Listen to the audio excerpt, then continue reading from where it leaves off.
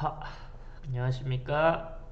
네, 또 이렇게 RBC에 나오신 여러분들을 환영하고 축복합니다. 오늘은 이렇게 보시다시피 영상으로 또 찾아뵙게 되었습니다. 또 영상으로 보시다 보면 또 더 또 좋은 면도 있고 안 좋은 면도 있는 것 같아요. 근데 가끔씩 이렇게 영상으로 해주면 또 여러분도 편하시고 집에서 듣기에 좀더 수월하시지 않을까 좀 싶긴 합니다.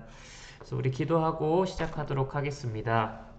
하나님 감사합니다. 아버지 또 이렇게 또 좋은 시간 주셔서 저희가 또 출애굽기 공부할 수 있도록 하나님을 공부할 수 있도록 하게 하시니 감사합니다. 아버지 이 시간을 통하여 저희가 하나님을 더욱더 알아가고 그 은혜를 더욱더 경험하며 그 은혜에 젖어드는 시간 되어질 수 있도록 인도하여 주시옵소서. 아버지 저희가 성경을 공부하는 목적은 주님을 더 사랑하기 위함입니다. 주님을 더 알기 위함입니다.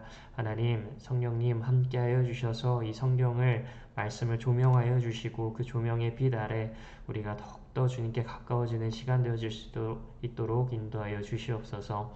감사드리며 예수 그리스도 이름으로 기도드렸습니다. 아멘.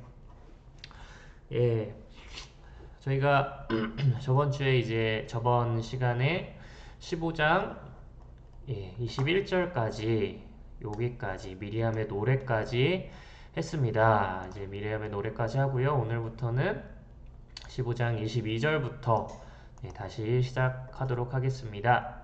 글씨가 잘 보이실지 모르겠지만 깨지나요? 이거 근데 뭐 피드백을 할 수가 없어서 근데 뭐 성경책 다들 피시고 같이 보면서 하시면 좋을 것 같아요.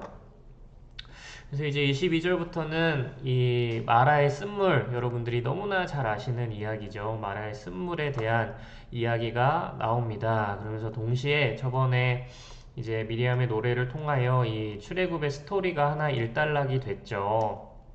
출애굽이 일단락이 됐습니다. 이게 하나의 어떤 기점 역할을, 이 문을 닫아주는 역할을 하면서 이제 출애굽에 대한 이야기가 끝났고요. 이제부터는 이 홍해에 대한 이야기가 시작이 됩니다. 홍해가 아니죠. 광야죠. 광야에 대한 이야기가 시작이 됩니다. 제가 이거 녹화 중인데 좀 말실수를 하더라도 끊지 않고 그냥 가도록 하겠습니다. 좀 양해 부탁드리고요. 이제 광야에 대한 이야기가 시작됩니다. 광야에 대한 이야기를 하면요, 또 반대로 말하면 시내산을 향해서 가는 여정, 동시에 시내산 이후로의 여정이라고도 볼 수가 있을 것 같아요. 우리가 출애굽기 처음에 시작할 때 제가 말씀드렸던 건데 기억하실지 모르겠어요. 출애굽기는 크게 두 가지로 나눠진다. 시내산까지, 그리고 시내산에서 이렇게 좀 나눠지는데요. 보시면 이제 제가 표 하나를 이렇게 준비를 했어요. PPT로 준비를 했는데 이제 광야 스토리에 대한 이야기들을 광야 스토리에 대한 것들을 이렇게 표로 정리를 한 거예요. 그래서 보시면 가운데 시내산이 있죠. 가운데 시내산이 있고요. 그 전에는 첫 번째 원망 이야기 세트라고 해서 이렇게 나오고요. 그 뒤에는 이제 두 번째 원망 이야기 세트. 여기는 이제 민수기입니다. 그래서 출애굽기의 끝은 이제 시내산에서 끝나요. 그리고 그 뒤로 이제 민수기의 이야기가 시작이 되는데, 민수기의 이야기는 대체로 다 부정적인 그 원망 불평에 대한 이야기라고 좀 생각을 해주셔도 괜찮을 것 같습니다. 그래서 이제 출애굽기는 크게 시내산까지, 그리고 시내산에서의 이야기로 진행이 되는 것으로 기억을 해주시면 좋을 것 같아요. 그래서 이제 시내산을 기점으로 이제 시내산 이전에는 사실 원망이 있었어요. 원망이 없던 건 아닙니다. 보시면은 홍해에서도 원망을 하고요. 지금 이 본문이 등장하는 이 마라의 쓴물이 나올 때도 원망을 하고요. 그리고 또 그 이전에 그 이후에도 계속 원망이 있습니다. 근데 우리가 기억해야 될 거는 시내산 이전에는요, 막 원망을 해도 하나님이 그렇게 막 혼내시지 않으세요.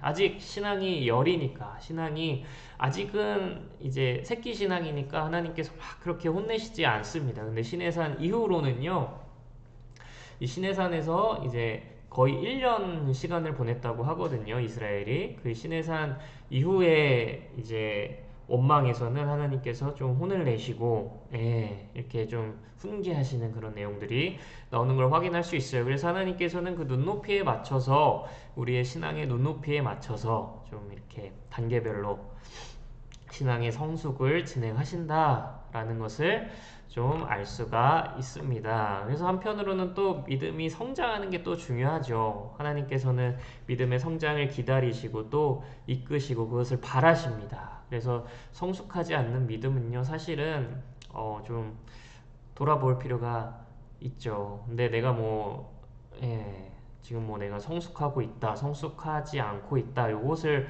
내가 스스로 판단하기엔 좀 어렵고, 어쨌든, 내가 날마다, 그래도 날마다 그런 것들이 쌓여서, 그 큐티와 기도와 말씀들이 쌓여서 성숙을 하게 되는 거니까, 그것들에 조금 더 초점을 맞춰주시면 또 아름다운 또 성장을 이룰 수 있을 것이라 믿습니다.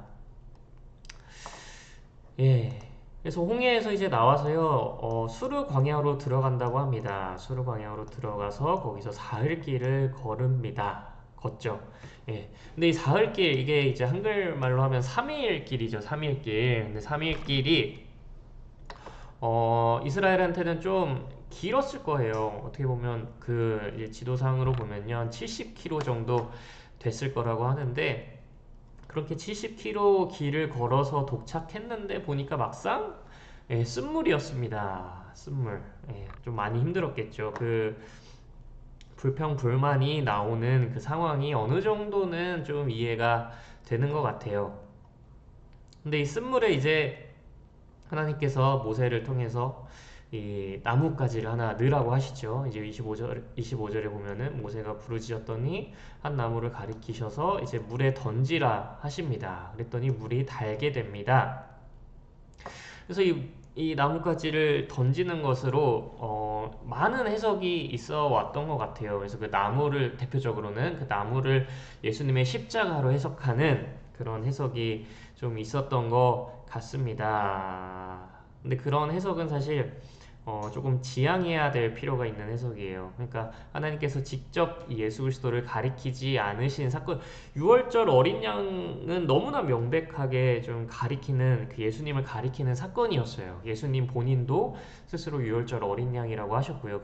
그래서 그런 부분에 대해서는 우리가 이거는 예수님을 향한 비유구나, 이렇게 좀 해석을 하는 게 괜찮은데, 이제 그런 게 아닌 이상 하나님께서 이제 예수님을 직접적으로 가리키지 않는 이 사건들에 대해서 이런 식으로 해석하는 것은 조금 지양을 해야 될 필요가 있습니다. 그래서 그런 해석이 좀 익숙해져 계실 수도 있을 것 같아요. 근데 그런 게 이제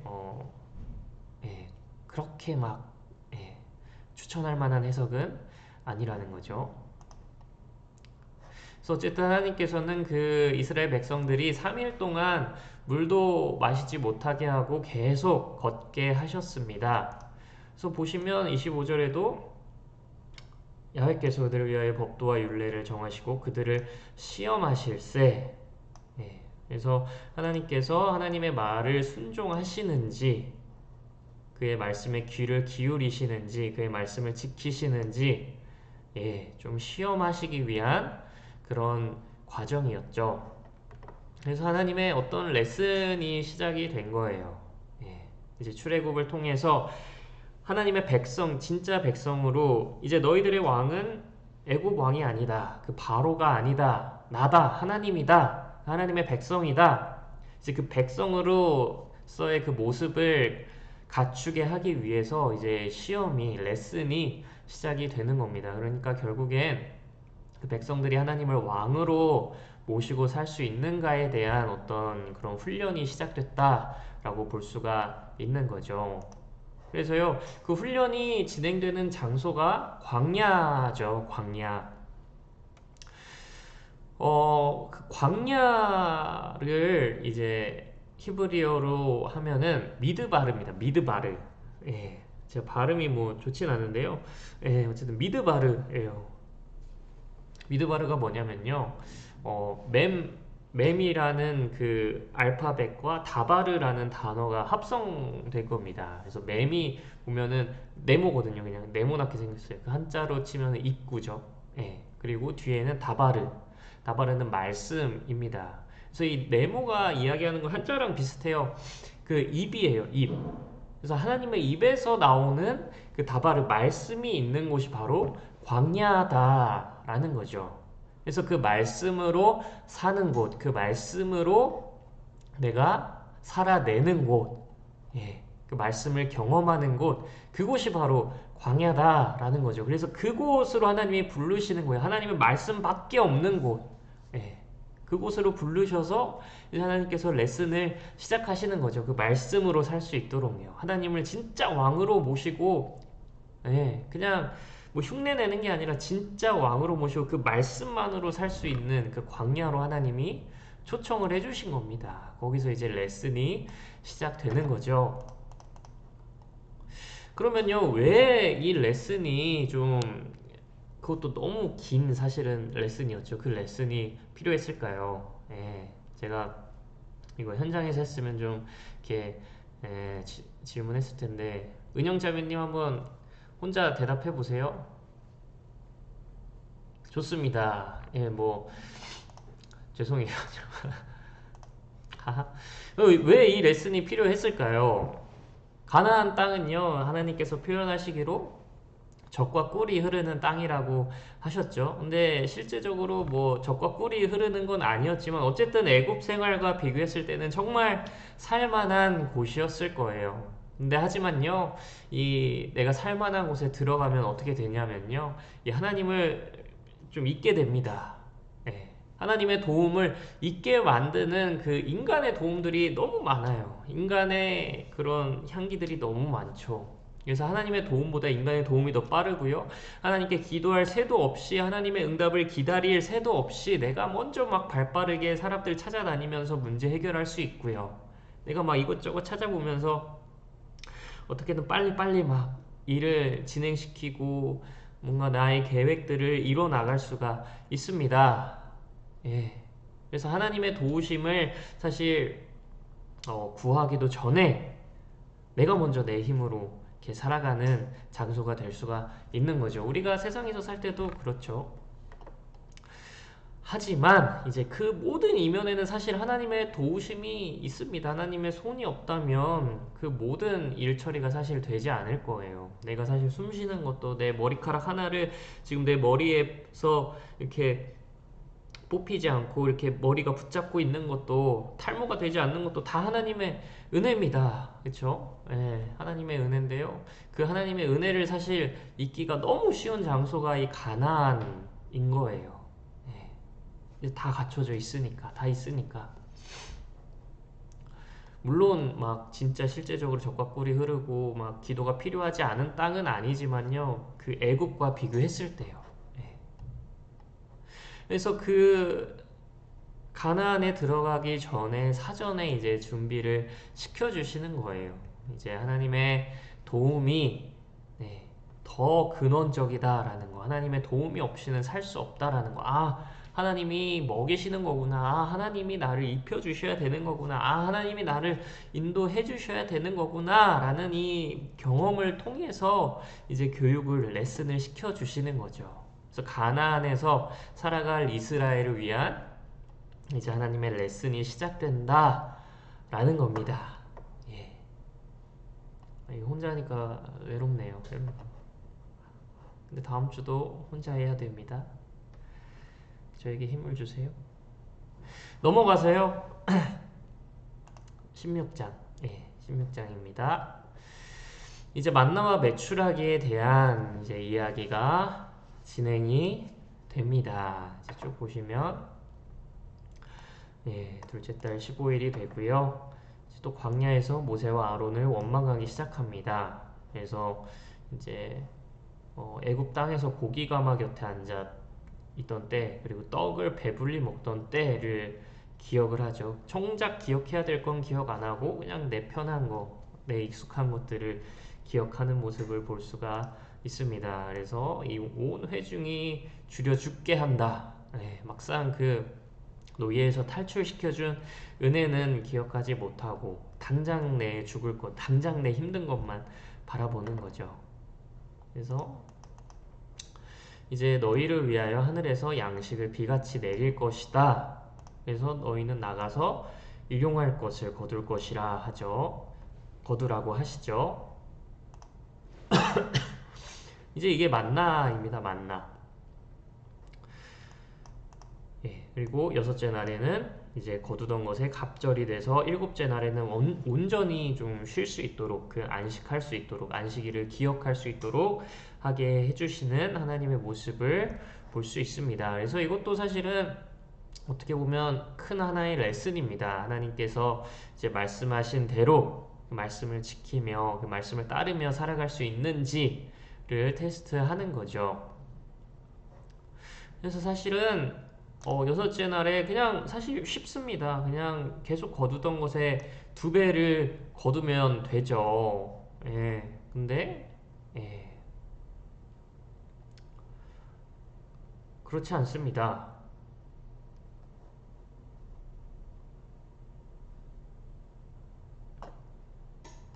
어디에 나오죠?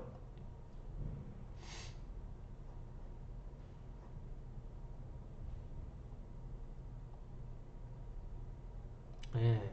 이게 또 순종하지 않아서 예, 막 이렇게 아침까지 두기도 하고요. 어쨌든 또 말을 듣지 않습니다. 말을 듣지 않아요. 이스라엘이 또 불순종을 합니다.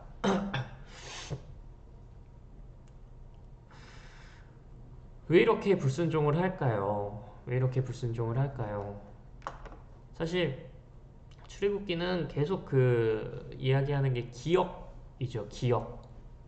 그래서 예전에 막 그 좋았던 때, 자기가 막 배불리 먹던 때, 예, 고기 가마 곁에 앉아 있었던 때, 그런 때들은 기억을 해요. 그러니까 내가 뭔가 육체적인 만족을 누리고 뭔가 내가 익숙하고 좋았던 내 기준에 있어서 좋았던 그런 때들은 잘 기억을 하는데요.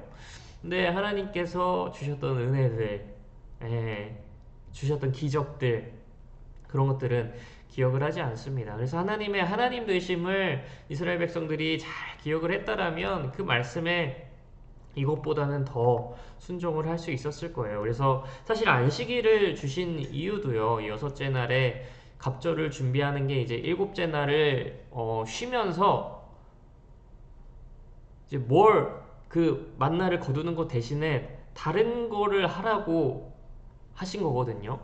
그 다른 거를 하는 게 뭐냐면요. 그 기억이에요. 기억. 안식일을 주신 이유도요. 사실은 하나님께서 먹고 사는 것을 다 해결해 주실 거니까 하나님께서 그 이스라엘 백성들이 뭐 먹을 것을 위해서 일하지 않아도 그날만큼 하나님이 다 채워주실 거니까 너희들은 하나님의 은혜가 어떤 것인지를 이 날 쉬면서 일을 하지 않으면서 일을 하지 않아도 하나님께서 채워주시고 하나님께서 이제 일해주시고 하나님께서 만족하게 하시는 그런 것들을 좀 기억해라 라는 거거든요.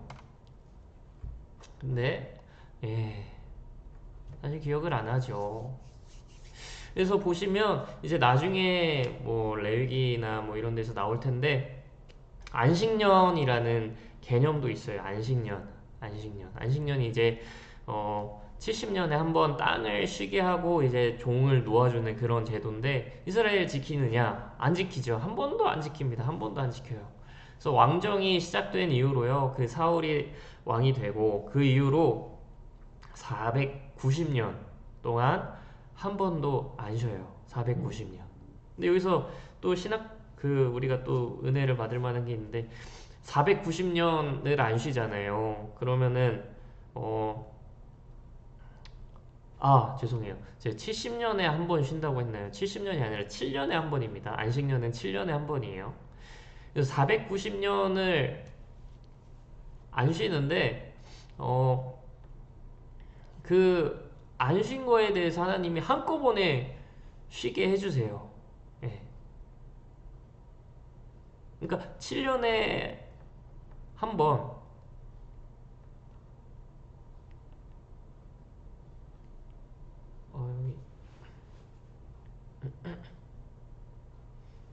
자르고.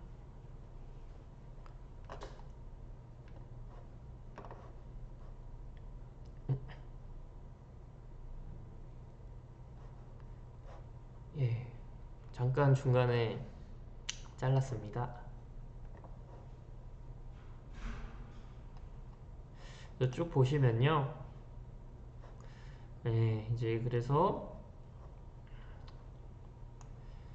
예, 이제 만나를 주시는 내용이 나옵니다. 만나를 주셨음에도 사실 이스라엘 백성들이 원망을 합니다. 고기를 먹고 싶다. 예, 그래도 맛있는 걸 먹고 싶다. 예, 맛있는 거 먹고 싶겠죠. 그렇게 원망을 합니다. 그랬더니 이제 하나님께서 이스라엘 백성들을 위해서 메추라기를 또 주시죠. 메추라기. 예.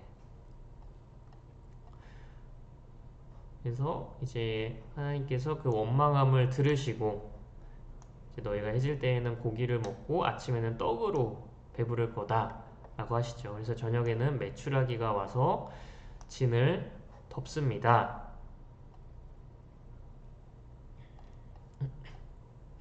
제가 이거를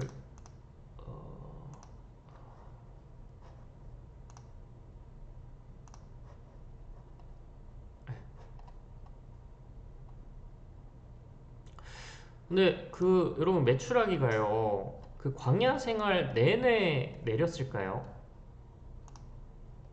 퀴즈인데 광야 생활 내내 내리지 않았습니다. 우리가 좀 이렇게 어, 좀 잘못 알고 있는 것 같아요. 예, 메추라기는 사실 40년 동안 그 광야 이스라엘 백성들이 광야 생활을 하는 그 40년 동안 내내 내리지가 않았어요. 네, 그래서 메추라기에 대한 것이 사실은 되게 좀 그 부정적이에요. 그러니까 이걸 한번 좀 볼게요.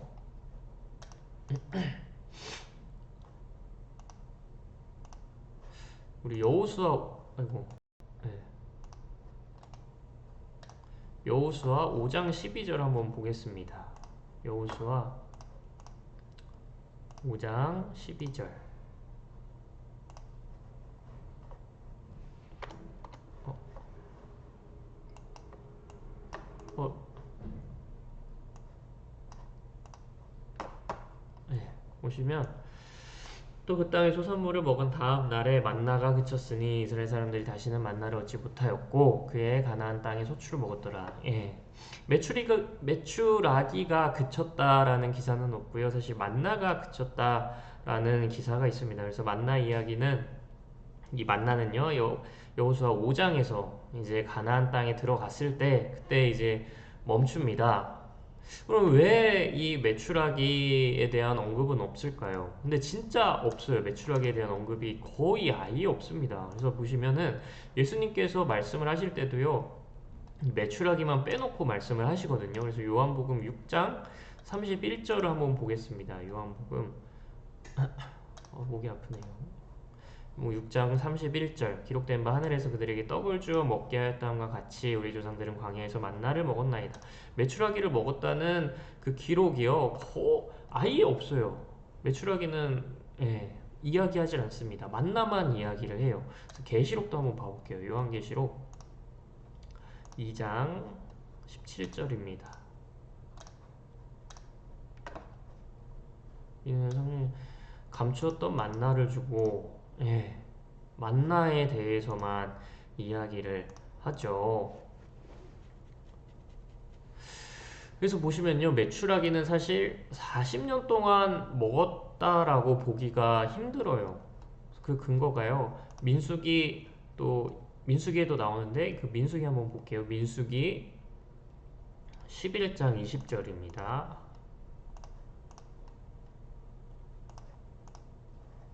예, 보시면 냄새도 싫어하기까지 한 달 동안 먹게 하시리니 이는 너희가 너희 중에 멸시하고 앞에서 울며 이르기를 우리가 어찌하여 애굽에서 나왔던가 함이라 하라. 예, 한 달 동안. 그러니까 메추라기는 사실 한 달 동안 먹은 거예요. 한 달 동안. 40년 동안 먹었다고 보기는 힘들고요. 한 달 동안 먹었다고 보는 게 적절합니다. 예. 그래서 이거는 메추라기는 사실 하나님의 도우심이라기보다는요, 예, 사실은 어떻게 보면 좀 이렇게 혼을 내신 느낌이에요. 예.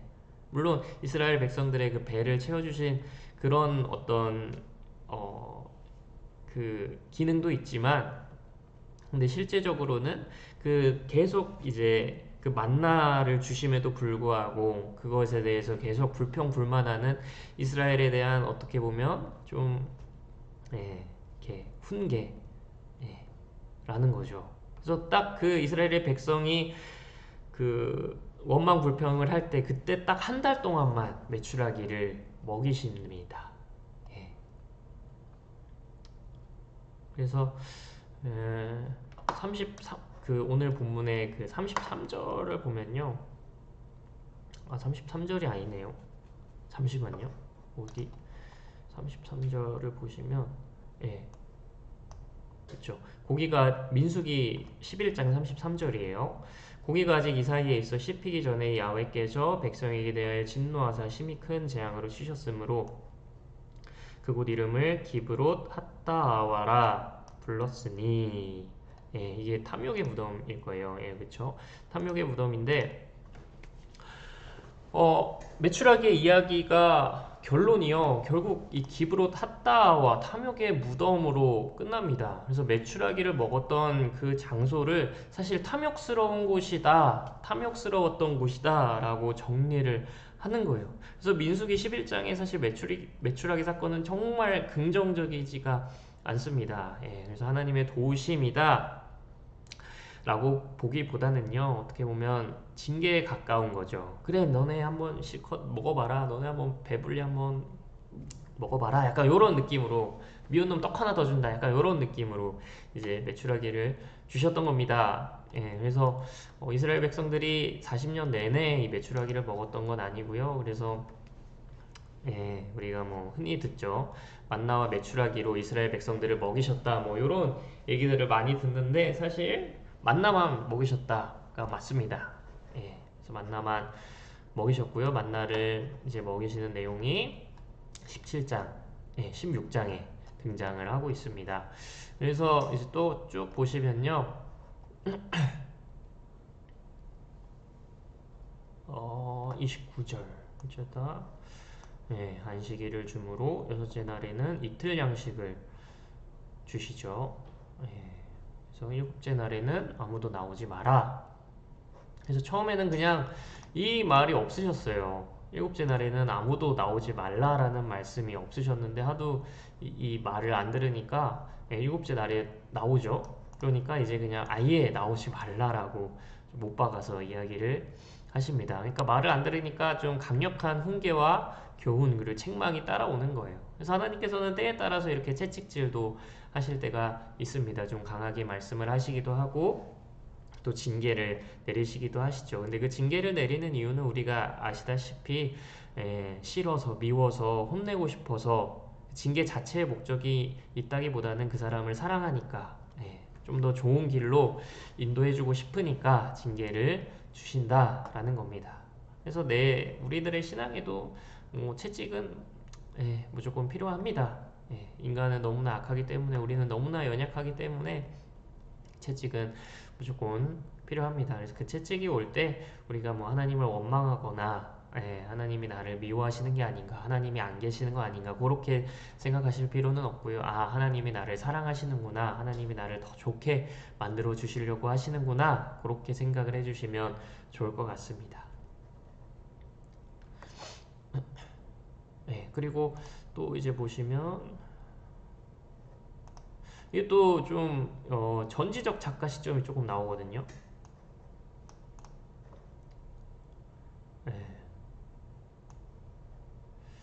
갑자기 또 증거판이 나와요. 증거판이 나오고요. 40년 동안 만나를 먹었다. 아직 그 시내산에 도착도 못했거든요. 근데 40년 동안 만나를 먹었다. 가나안 땅 적경에 이르기까지 그들이 만나를 먹었다. 전지적 작가 시점이죠. 그 이스라엘의 이후의 일을 갑자기 이렇게 예언도 아니고 먹었다라고 이제 이렇게 있었던 일을 말하는 것처럼 이제 미래의 일을 이야기하는 거죠. 예, 왜 이런 현상이 나타날까요? 이스라엘은 아직 그 40년을 지내지도 않았는데, 40년을 살지도 않았는데, 이제 1년 차인데, 예, 왜 이런 기사가 나오는 걸까요? 예, 이런 건 조금 사실 복잡한 문제이긴 합니다. 이게 파고 들어가면 너무 복잡한 문제인데 간단하게 말씀을 드리면요. 여러분이 사실 성경을 읽다가 이런 것들이 좀 툭툭 걸릴 수도 있어요. 물론 여러분이 뭐 여기 근데 잘리네요. 말씀이 왜 아무도 말씀 안 하셨어요? 하하 죄송합니다. 예, 하여튼 여러분이 성경을 읽다가 이런 부분이 뭐야 이거 툭툭 걸릴 수도 있을 것 같아요. 진지하게 성경을 보신다면요. 근데 이런 거는요, 저희가 성경을 또 이게 구전으로 전해 오다가 이게 필사가 되고 이것들이 이렇게 종합이 되고 이것들이 하나로 묶이고 뭐 이런 과정들이 있었을 거 아니에요. 그래서 그런 과정들이 보통 바벨론 포로 시기에 좀 있었을 거다라고 보거든요, 학자들은. 그래서 그때 성경이 이렇게 좀 이렇게 하나의 책으로 좀 모이고 이렇게 수집되고 하면서 그 과정에서 이제 바벨론 그 포로 시기 때 성경에 좀 대한 이해를 위해서 조금 덧붙인 말씀이다. 네, 라고 생각을 하면 됩니다. 근데 중요한 건요, 이런 것들을 다 포함해서 어쨌든 하나님의 성경이다 라는 거예요. 네, 우리에게 주신 완벽한 하나님의 성경이다 라는 거죠. 그래서 이런 것들을 보는 학자들이요, 되게 막, 이 성경은 뭐 인간의 책이다, 뭐 이렇게 막 생각을 하는 분들이 계신데, 근데 그렇지 않고요. 하나님의 성경은요, 완벽하고요, 완전합니다. 그렇게 우리에게 주신 거예요. 그래서 이런 것들을 포함해서도 이런 말씀들을 포함해서도 하나님의 성경입니다. 예, 이렇게 좀 생각을 해주시면 되고요. 예, 넘어가서요. 17장으로 가도록 하겠습니다. 17장입니다. 예, 1절에 보시면 이제 르비딤의 장막을 쳤습니다. 르비딤은요, 이게 지리적으로 시내산이랑 매우 가까운 곳입니다. 그래서 시내산에 점점 가까워지고 있고요. 사실 시내산이 어딘지를 특정할 수는 없지만 어쨌든 예, 그 시내산 근방에 가까워지고 있습니다. 시내산을 특정할 수는 없지만 어느 정도 후보지는 있거든요. 그래서 그곳들에 가까워지고 있다라고 보는 거죠. 그래서 또 물을 내놔라 하죠. 그래서 또 이제 백성이 하나님께 기도하지 않고, 하나님께 기도하지 않고 원망하는 건 진짜 성경에서 말하는 원망 불평이라고 제가 말씀을 드렸습니다. 하나님께 이제 원망하는 거는 하나님께 그래도 불평하는 거는 그게 하나님도 그냥 기도로 이제 받아주신다. 물론 그게 좋다라는 건 아니에요. 물론 하나님께 믿음의 고백을 하는 게 더 좋겠지만 어쨌든 하나님께서 기도로 받아주신다. 라는 것을 제가 말씀을 드렸는데 그래서 백성이 또 이제 원망 불평을 하는 장면이 나옵니다. 그래서 기억을 하지 못해요. 또 하나님의 그 은혜와 기적과 하나님의 그 크신 능력을 기억하지 않고요. 또 모세를 원망하는 모습을 보입니다. 그래서 사실은 출애굽 자체가 이제 기적인데요. 근데 그 기적을 사실 모독합니다. 당신이 어찌하여 우리를 애굽에서 인도해 내어서 죽게 하냐? 그 기적을 모독하죠. 근데 이게 사실 우리 삶에서도 좀 발견이 될 수도 있어요. 예수 믿고 구원을 받았지만, 근데 예수 믿고 구원을 받았지만 그래도 사실 사는 게 막 드라마틱하게 달라지진 않잖아요. 우리의 환경이, 우리의 생활이 드라마틱하게 막 바뀌진 않습니다. 우리가 우리의 생활을 바꾸기 위해 성공하기 위해서 예수를 믿는 건 아니잖아요. 그래서 그렇게 바뀌지 않아서 오히려 더 힘들 때가 있는 것 같아요. 그 좁은 길을 가는 게 그 예수 그리스도의 그 좁은 길을 가는 게 오히려 더 힘들 때가 많은 것 같습니다. 그래서 그렇게 또 힘들다 보면 또 세상 사람들이 부러워 보일 때도 있고요. 그냥 저렇게 편하게 살 수 있다면, 그냥 저렇게 아무 생각 없이 살 수 있다면, 고민 없이 살 수 있다면, 또 자유로워 보이기도 하고요. 부러울 때가 있는 거죠. 그렇게 되면서 또, 하나님 나를 왜 부르셨을까? 하나님 왜 나를 또 이렇게 또 교회로 또 오게 하시고 또 봉사의 자리로 부르시고 또 여기저기 부르셨을까 막 이렇게 하면서 또 원망의 마음이 슬쩍슬쩍 들 때도 있습니다. 하지만 거짓이라는 거죠. 사실 그거보다 더 귀한 건 없는데, 그 구원을 받은 것보다 더 귀한 건 없는데, 그 예수님의 길을 걷는 것보다 더 귀한 건 없는데, 하나님께서 부르신 그 자리에 있는 것보다 더 귀한 건 없는데, 우리가 좀 속을 때가 있다라는 거죠. 이스라엘 백성들도 지금 속고 있습니다. 그래서 위협을 느끼죠. 모세가 얼마나 심하게 이 원망을 했는지, 모세가 좀 이렇게 목숨의 위협까지 느끼게 됩니다. 내게 돌을 던지겠나이다. 좀 이렇게 아우성을 쳤던 것 같아요.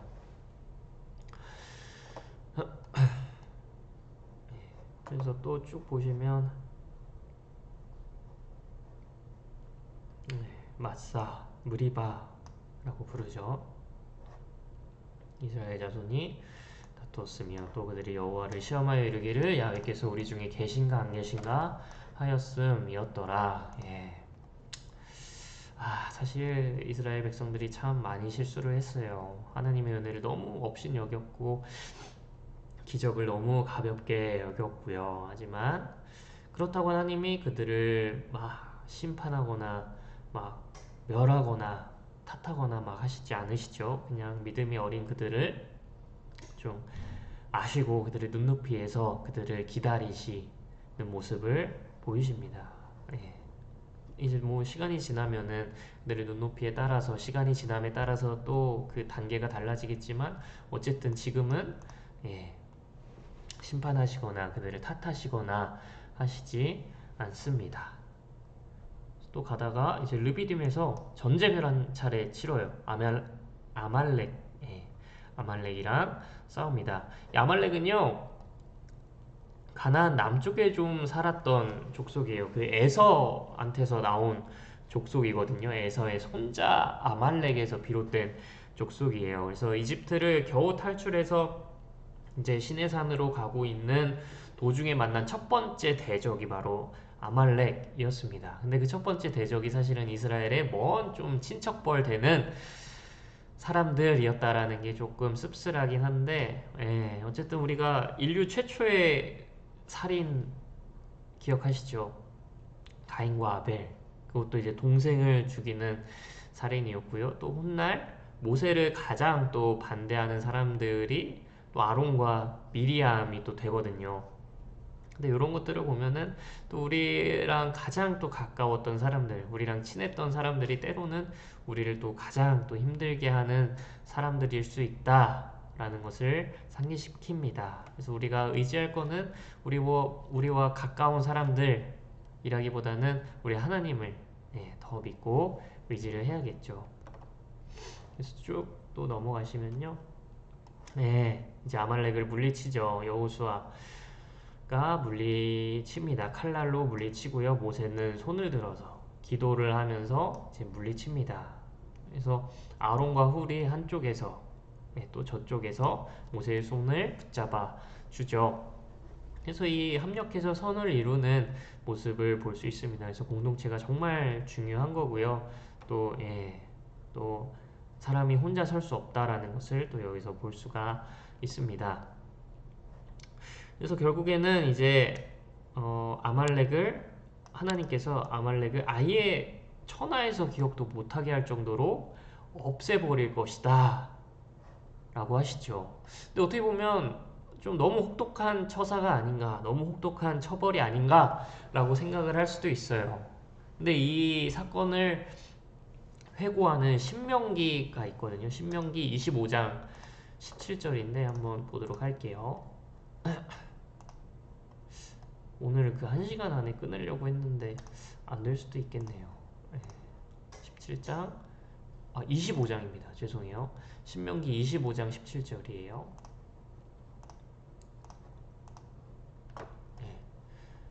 아말렉에 대해 기억을 지워버리라 뭐 이렇게 말씀하시면 요런 이제 표제가 달려 있는데 뭐 그들이 너를 길에서 만나 네가 피곤할 때 네 뒤에 떨어진 약한 자들을 쳤고 하나님을 두려워하지 아니하였다.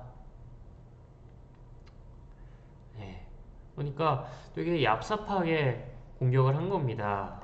예. 본문에서는 이제 결과에 좀 초점을 맞춰서 이 사건에 대한 좀 구체적인 그 언급을 안 하고 있는데, 어쨌든 이 신명기에서는요, 이 아말렉이 굉장히 좀 야비하게 약한 사람들을 공격했다라는 것을 말을 하고 있어요. 그래서 이제 이스라엘 행렬이 이제 쭉 이어질 거 아닙니까? 그리고 뭐 이렇게 보시다시피 뭐 물도 막 없을 때도 있고 배도 막 고플 때도 있고, 그래서 지쳐 있었을 거예요. 그 광야에서 산다는 게 얼마나 힘들겠습니까? 그 사막인데 아무것도 없는데 너무 힘들었을 겁니다. 그래서 지쳐 있었을 거고, 그 지쳐 있는 상태에서도 더 이 힘없는 여자와 노인들, 아이들은 행렬의 뒷부분에 있었을 거예요. 행렬의 뒷부분에서 이렇게 따라오고 있었을 겁니다. 근데 그 사람들을 쳤다라는 거예요. 예. 그 약한 여자들, 아이들, 노인들, 이런 사람들을 쳤다라는 거죠. 그러니까 매우 좀 비열한 족속이었다라고 볼 수가 있습니다. 그래서 이 같은 벌을 하나님께서 주신 거고요. 하나님께서 그냥 막 이유 없이 막 멸하시거나 벌하시거나 그러신 거는 없습니다. 예. 그리고 모세가 제단을 쌓고 그 이름을 여호와 니시라 하고, 예. 여호와 니시 나오거든요. 많이 들어보셨죠? 니시 뭐게요? 깃발입니다. 깃발. 그래서 여호와가 나의 깃발입니다 라는 표현인데요. 이 깃발, 니시가 이제 계속 나올 거예요. 근데 니시라는 그 구체적인 어떤 의미를 보면은 예전에 고대 근동 때는요, 깃발 싸움이었어요. 그래서 누가 먼저 우리 그 군대의 나라의 깃발을 들고 상대의 진영에 꽂는가, 요 싸움이었거든요. 약간 땅 따먹기처럼. 그래서 그 깃발을 가진 사람은 선두에서 맨 처음 달려 나가서 그냥 무작정 그냥 뚫고 지나가야 되는 거예요. 예. 그 물론 주변을 많은 사람들이 도와주겠지만 어쨌든 그 깃발이 중요합니다. 쓰러져서는 안 되고요. 이 깃발이 상대방의 진영에 꽂히는 순간 그 전쟁은 끝나는 거예요. 예. 약간 그런 개념이었다고 해요. 고대 근동의 그 싸움들은, 전쟁들은. 그래서 그 하나님께서 우리의 깃발이 되셔서 이제 전쟁터의 가장 앞을 맡아서 나가신다. 네, 가장 먼저 싸우시고 가장 먼저 일하시고 가장 먼저 뚫고 가신다. 그게 우리의 하나님이다. 네, 하나님께서 전쟁을 맡아주신다, 책임지신다. 약간 이런 표현인 거죠. 네, 되게 은혜로운 또 표현이다라고 볼 수가 있습니다. 그래서 넘어가서요. 이제 18장입니다. 18장. 18장이 조금 특이해요. 이제 이드로가 모세를 방문하는 내용인데요. 18장이 조금 특이한 이유가요, 이 시간 순서가 아닙니다. 예, 시간 순서가 아니에요. 18장이 사실은 시간 순서대로 하면은 19장 이후의 일이거든요. 근데 갑자기 좀 등장을 해요. 그래서 보시면 성경이 무조건 이 시대순으로만 사건을 배열하지는 않아요. 그래서 주제를 따를 때도 있고요. 어떤 신학적인 순서에 따라서 배열할 때도 있고요. 무조건 이 시간 순서를 따르지가 않습니다. 그래서 보시면은 사사기도 보면요, 삼손 아시죠? 삼손이랑 사무엘이랑요 사실 같은 시대예요. 네, 같은 시대인데 이제 또 그 시간 순서가 좀 다르죠. 네. 그래서 그런 것들이 많이 발견이 됩니다. 그래서 이제 보시면 이게 어디에 나오더라? 본문을 제가 특정하지는 못하겠는데 18장에 번제물이라는 표현도 나오고요, 희생제물이라는 표현도 나오고 하나님의 율례와 법도라는 표현이 나오는데요. 근데 그런 모든 표현들이 사실은 시내산 이후에 주어진 표현들이거든요. 그래서 이스라엘 백성들이 시내산에서 1년 동안 이제 머무르면서 율법을 받고 하나님과 함께하는 시간을 가지고 나서 그런 표현들이 이제 생기게 되는 건데, 이제 18장에서는 그런 표현들이 미리 좀 등장을 하는 거죠. 그래서 18장이 아마도 19장 이후에 시내산에 머무르고 있을 때의 상황이지 않았을까라고 우리는 추측을 할 수가 있습니다.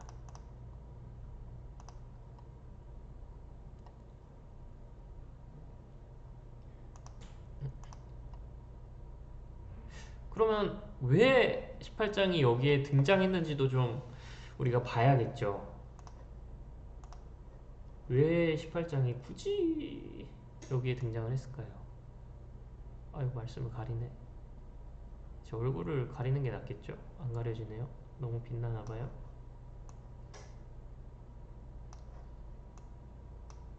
네. 그래서 보시면 네, 애굽에서 시내산으로 가는 여정들에 대한 이제 표인데요. 그래서 애굽에서 시내산으로의 여정이 이제 출애굽기 18장까지 이제 포함이 돼요. 왜냐하면 어쨌든 시간 순서가 아니다라고 해도 이 배경을 시내산이라고 지금 표현은 안 하거든요.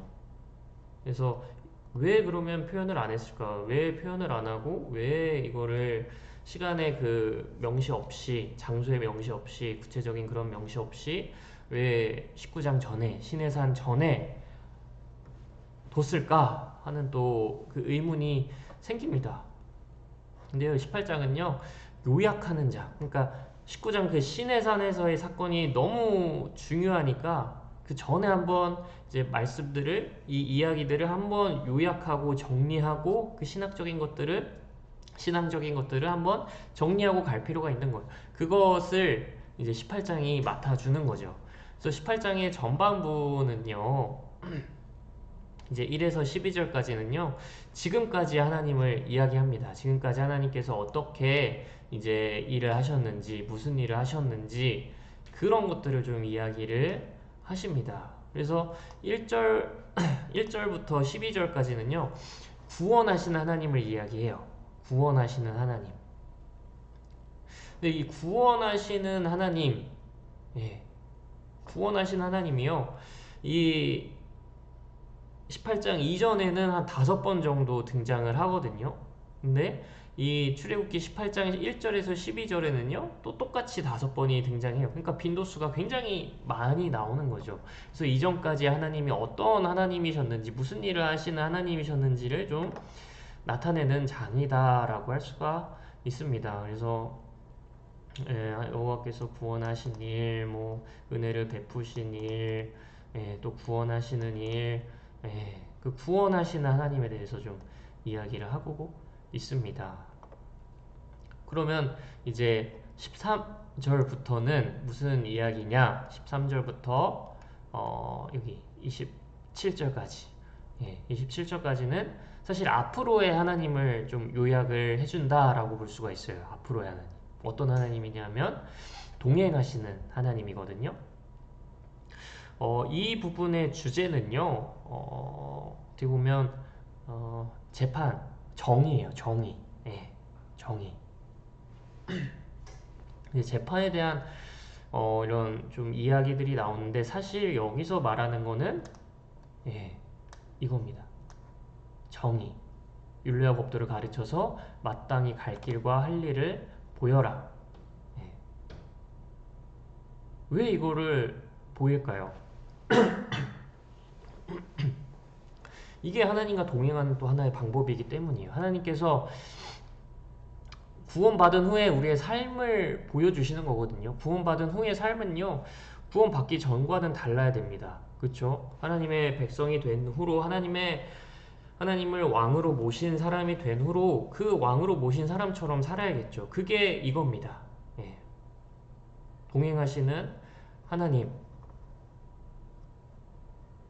정의와 공의를 행할 때 우리와 동행하시고, 또 동행하시면서 또 우리가 정의와 공의를 행하게 하시고, 결국 이제 나중에 이제 신약으로 오면은 이웃 사랑인 건데, 그것들을 말하는 거죠. 그래서 크게 정말 좀 큰 개념으로 본다면 이제 전반부가 하나님 사랑이고 후반부가 뭐 이웃 사랑이다, 이렇게 볼 수도 있을 것 같아요.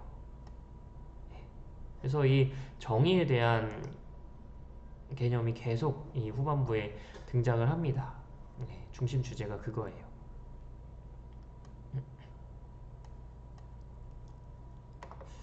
예, 그래서 이제 좀 보시면은 그렇습니다. 그래서 여기는 한번 그냥 쭉 한번 읽어보시면 될 것 같아요. 우리가 계속 좀 이야기했던 내용들이 다시 등장하는 거라서. 그리고 19장으로 가면요. 드디어 이제 신해산. 드디어 신해산입니다. 신해산, 신해산이에요. 드디어. 애굽 땅을 떠난 지 3개월이 되던 날, 그들이 시내 광야에 이르니라. 이거 뭐라 그랬죠? 이날 뭐라 그랬죠? 이제 3월이에요, 3월. 3월.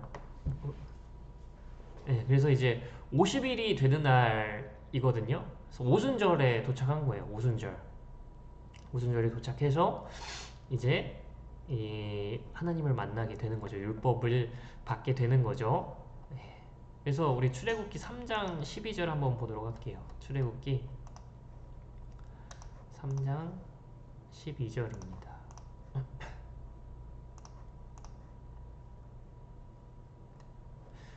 하나님이 이르시되 내가 반드시 너와 함께 있으리라.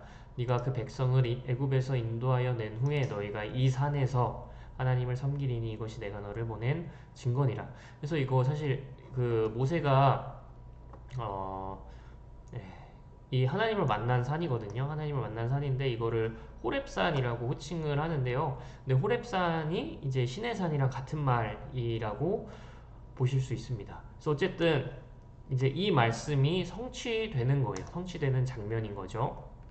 그래서 하나님께서 반드시 이제 모세와 함께 하셨습니다. 그리고 이제 하나님께서 인도하셔서 이제 하나님을 섬기는 자리까지 오게 됐어요. 하나님께서 그 말씀을 성취하시는 하나님이심을 이제 보여주시고 계시고요. 4절에 보면은 내가 애굽 사람에게 어떻게 행하였음과 내가 어떻게 독수리 날개로 너희를 업어 내게로 인도하였음을 너희가 보았느니라. 이거 사실 하나님께서 율법을 이야기하시기 전에요. 율법을 이야기하시기 전에 그 은혜를 먼저 이야기하시는 거예요. 그러니까 하나님께서 너희들을 어떤 사랑으로 돌보셨고 어떤 은혜를 베풀어 주셨는지를 먼저 이야기를 해주시는 거예요. 근데 성경을 보면 항상 그래요. 항상 패턴이 뭔가 율법과 우리의 의무를 이야기하시기 전에 하나님의 사랑과 은혜, 우리가 받았던 그런 어떤 놀라운 일들을 먼저 말씀을 해주십니다. 그래서 우리의 율법, 그러니까 거룩이죠. 그 거룩에 앞서서 은혜가 있다라는 거예요. 이 말은 한편으로는 또 은혜에 대한 반응이 거룩, 율법이다라는 거죠. 그렇게 볼 수가 있습니다. 그래서 기독교는 막 억압하고 막 억지로 막 이것들 다 지켜야 돼. 이것들 너네들 지키지 않으면 다 벌받아. 막 이런 종교가 아니라요. 하나님께서 우리를 먼저 사랑하셨고 예수님께서 우리를 위해서 먼저 피 흘리셨으니 그거에 대한 감사의 반응으로 우리가 이 율법도 지키고 정의도 지키고 이웃사랑도 하고 그런 겁니다. 그게 순서예요. 그게 개념. 이 기독교라는 종교인 거죠. 그래서 이제 5절, 6절에 보면은 너무 이게 익숙한 말씀이죠. 세계가 다 내게 속하였으니 하나님께 다 속했습니다. 너희가 내 말을 잘 듣고 내 언약을 지키면 너희는 모든 민족 중에서 내 소유가 되겠고 너희가 내게 대하여 제사장 나라가 되며 거룩한 백성이 되리라. 너는 이 말을 이스라엘 자손에게 전할지니라. 말씀을 하시죠. 여러분 좀 익숙하지 않아요? 이 말씀. 이 말씀이 어디에 등장하죠? 베드로전서에 등장하죠. 이 베드로전서 한번 보도록 하겠습니다. 베드로전서 2장 9절.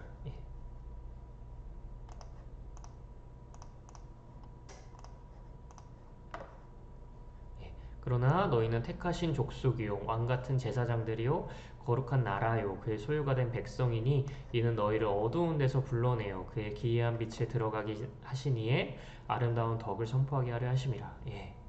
택하신 족속 왕같은 제사장 거룩한 나라 그의 소유가 된 백성이다.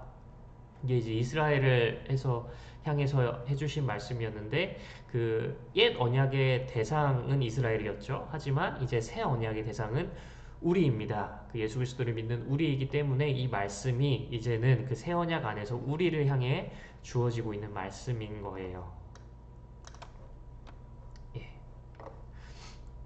그래서요, 하나님께서 이제 세 가지 좀 약속을 주신다라는 것을 확인할 수가 있어요. 내 언약을 지키면 이제 내 말을 잘 듣고 내 언약을 지키면 너희는 모든 민족 중에서 내 소유가 되겠고 그리고 제사장 나라가 되고 거룩한 백성이 될 거다 라고 이제 말씀을 해주십니다.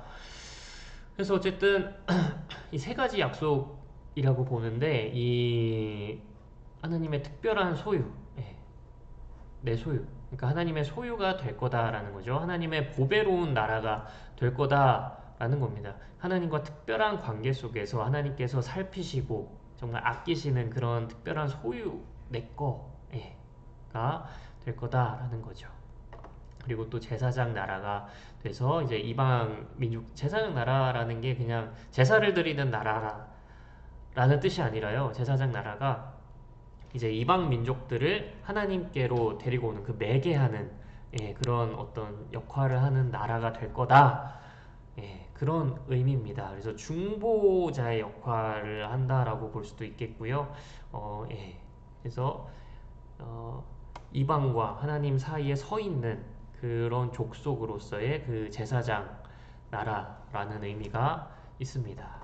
그래서 어쨌든 이스라엘의 사명인 거죠. 열방을 하나님께 인도하는 역할이고요. 그리고 거룩한 나라가 될 거다. 거룩한 백성이 되리라. 거룩한 백성이 되리라죠. 이 백성은요, 원래는 히브리어로 암이거든요. 암. 이 백성 암을 써요. 그래서 하나님이 이제 이스라엘 백성 좀 이렇게 말 안 듣고 하면은 로암미라는 표현을 쓰시는데요. 그 로암미가 너희는 내 백성이 아니다. 그런 표현을 쓰세요. 그리고 그냥 이제 이스라엘 백성들이 잘하면은 암미, 나의 백성이다. 그런 표현을 쓰시는데 어쨌든 암이라는 표현을 쓰세요. 근데 여기서 쓰인 표현은 암이 아니라 고이거든요. 이거 되게 특이한 거예요. 고이.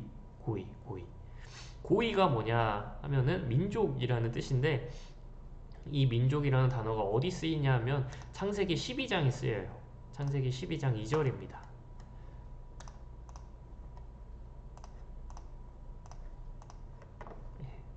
내가 너로 큰 민족을 이루고 내게 복을 주어 내 이름을 창대하게 하리니 너는 복이 될지라. 큰 민족, 여기서 고이거든요. 가돌인가? 가돌 고이, 고이 가돌 이렇게 쓰일 거예요. 하여튼 고이가 쓰입니다. 그러니까 이 말씀의 성취도 하나님이 보여주시는 거예요. 이스라엘을 이제 그 거룩한 민족, 그 아브라함에게 약속하셨던 그 큰 민족이 이제 성취되는 거죠. 큰 민족이면서 동시에 이제 거룩한 민족이 되는 겁니다. 그래서 그 아브라함의 약속까지도 성취하시는 하나님을 보여주시기 위해서 일부러 여기에 암이라는 단어를 쓰지 않고 고이라는 단어를 쓰십니다. 특별히 이제 또 거룩한, 아까 여기서는 그냥 큰 민족이라고 했는데요. 하나님께서 여기에 하나의 더 그 목적성을 부여하시죠. 거룩한. 거룩하다라는 거는 제가 좀 여러 번 말씀을 드렸던 것 같은데 아마 기억하실 거예요. 구별되었다는데 아예 그냥 물리적인 개념이라고 했죠. 동떨어져 있는, 세상과 동떨어져 있는. 그러니까 거룩은 하나님의 속성이에요. 하나님의 속성. 그러니까 하나님의 속성이고 이제 완전 이제 동떨어져 있는, 물리적으로 떨어져 있는, 차원이 다른 약간 그런 느낌이거든요. 근데 우리도 그런 이제 거룩을 주실 거다라는 거죠. 그렇게 분별을 하게 하실 거다. 그렇게 세상과 다른 민족들과 따로 떨어뜨려서 생각을 하실 거다라는 겁니다. 그래서 또 한편으로는 또 죄에 대해서 좀 깨끗해라 라는 좀 의미를 주시고 계신 것으로 볼 수도 있고요. 그리고 이제 모세가 그 하나님의 말씀을 전합니다. 모세가 이 하나님과 이스라엘 백성 사이에 딱 서 있어요. 그 중보자의 역할, 중매자의 역할을 하고 있습니다. 근데 요게 보시면 그 고대 근동의 그 조약하는 모습이랑 굉장히 닮아 있어요. 예, 고대 근동의 조약 모습과. 고대 근동에서 이제 조약을 맺을 때도 항상 이 중매자가 있거든요. 중간에 서 있는 사람이 있어요. 그 양 옆에 공평하게 좀 할 수 있도록 중매자를 세워서 그 말을 이렇게 중간에서 좀 전하게 합니다. 예. 그 형식이 딱 이제 여기서도 나타나고 있는 거예요. 근데 그 형식이 나타난다고 해서 그 조약이랑은 또 수준이 너무 달라요. 예. 고대 근동의 조약들이랑은 너무 수준이 다릅니다. 고대 근동의 조약들은요, 일단 그 민족과 신이 조약을 체결하는 경우가 없어요. 그때의 신들은요, 진짜 그 조약을 맺을 필요가 없는, 예, 그러니까 맺을 이유가 없어요. 굉장히 좀 폭력적이거든요. 굉장히 좀 파괴적이거든요. 그 아트라하시스라는 그 고대 근동의 어떤 그 신화가 있는데요. 거기를 보면은 인간을 창조한 이유가요, 그 노동시키려고, 예, 노동시키려고. 근데 계속 노동을 시키니까 이게 힘들잖아요. 그래서 인간들이 막 이제 막 그 막 그 앓는 소리를 냅니다. 그러니까 신들이 그거를 듣고 너무 시끄럽다, 너네 다 죽어라 하고 그냥 홍수로 쓸어버립니다. 다 죽여요. 예, 그런 신들이에요. 예, 그러니까 인간과 조약을 맺을 필요가 없죠. 인간을 사랑하지도 않고, 인간을 그냥 하나의 도구로만 생각하는 그런 신들이었습니다. 근데 그 고대 근대의 그런 문화 속에서 그런 그 신관을 갖고 있는 사람들 속에서 이 하나님은 달라요. 하나님은 다릅니다. 독보적이에요. 독보적. 인간과 조약을 맺는, 인간과 상호 조약을 맺는 정말 독보적인 그런 모습을 보이고 있습니다. 그러니까 고대 근동의 그런 종교들과는 그냥 아예 그냥 다른 거예요. 그러니까 종교라고 사실 표현하기가 좀 그렇지만 요새는 종교, 너무 차별화된, 독보적인 우월한, 우월한 종교인 거죠. 그래서 이렇게 조약을 맺고 있고요. 어,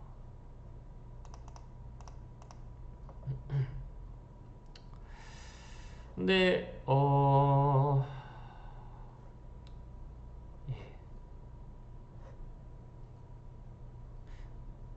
이거 뭐 딴 얘기일 수도 있는데 이 제사장 나라 이스라엘이 제일 사실 뭐 다 못했지만 거룩한 백성도 좀 어려웠고 뭐 그랬지만 제사장 나라를 너무 실패해요. 예, 그 자민족 중심주의가 너무 심해가지고 자기들이 세상의 중심인 것처럼 생각하고 그렇게 살죠. 그래서 이 이방 족속들을 하나님께로 좀 인도해야 했지만 실패합니다. 그래서 그 실패의 결과로 어쨌든 바벨론 포로의 시간을 보내게 되죠. 하나님과의 그런 약속을 전부 어겨서 하나님이 기회를 주시고 또 주셨지만 그럼에도 실패해서 어쩔 수 없이 사실은 그 채찍을 드신 거예요. 그게 바벨론 포로였는데 어쨌든 그 고난의 시간을 겪으면서 이스라엘이 변해요. 그래서 그 바벨론 포로 이전에는요, 이스라엘의 고백이 보시면 거의 보통 막 나의 하나님이거든요. 나의 하나님, 나의 하나님. 근데 그 바벨론 포로 이후로는 우리 하나님으로 좀 바뀝니다. 그 공동체성이 좀 강조되면서 그 나만을 바라보는 게 아니라 그 나의 민족만을 바라보는 게 아니라 조금 시선이 좀 열리긴 해요. 그래서 하나님을 막 이렇게 그냥 가둬두고 막 그렇게 나의 하나님, 그 나의 하나님만 중요해 막 이렇게 했던 게 아니라 이제 좀 이렇게 범위가 넓어지죠. 그 고난을 겪으면서. 그래서 우리도 사실은 좀 그렇게 해야 됩니다. 제사장 나라, 우리도 제사장 나라예요. 그러니까 열방을 이제 이웃들을 하나님께 소개해야 되는, 또 하나님을 이웃들에게 소개해야 되는 그런 역할을 가지고 있다라고 볼 수 있죠. 그래서 교회 안에다 하나님을 가둬놓으면 절대 안 되고요. 그래서 어쨌든 백성이 이제 하나님께 예스를 합니다. 우리가 다 행하리이다. 예, 대답을 하죠. 예스 합니다. 그래서 언약에 이제 사인을 한 거예요. 예, 언약에 사인을 했습니다. 그래서 11절에 보시면 이제 셋째 날, 또 3일이 나와요. 3일은 성경에서 조금 긴 기간을 의미해요. 예, 긴 기간이면서 동시에 좀 어렵고 힘든 고뇌의 시간을 좀 의미를 하거든요. 그래서 아브라함이 이제 이삭을 바치러 3일 길을 갈 때, 그리고 요나가 3일 동안 물고기 뱃속에 있을 때, 그럴 때 모두 그 3일이 쓰여요. 그래서 이 성경에서 3일은 좀 그 기다리는, 고뇌하는 시간입니다. 근데 여기에 왜 그러면 3일이 쓰였을까요? 그러니까 여기서 대답은 하긴 했지만, 예, 그 이스라엘 백성들이 하나님한테 예스 하긴 했지만 어쨌든 그 예스가 그냥 분위기 타서 한 건지 그냥 감정적으로 한 건지 그것들을 좀 돌아보는 3일인 거죠. 예, 진짜 내가 하나님의 그 약속을 따라갈 수 있는지, 예, 진짜 따라갈 건지, 예, 그것을 확인하는 기간이었던 겁니다. 즉흥적이지 않게, 예, 갈 수 있도록 하나님께서 3일을 또 주신 거고요.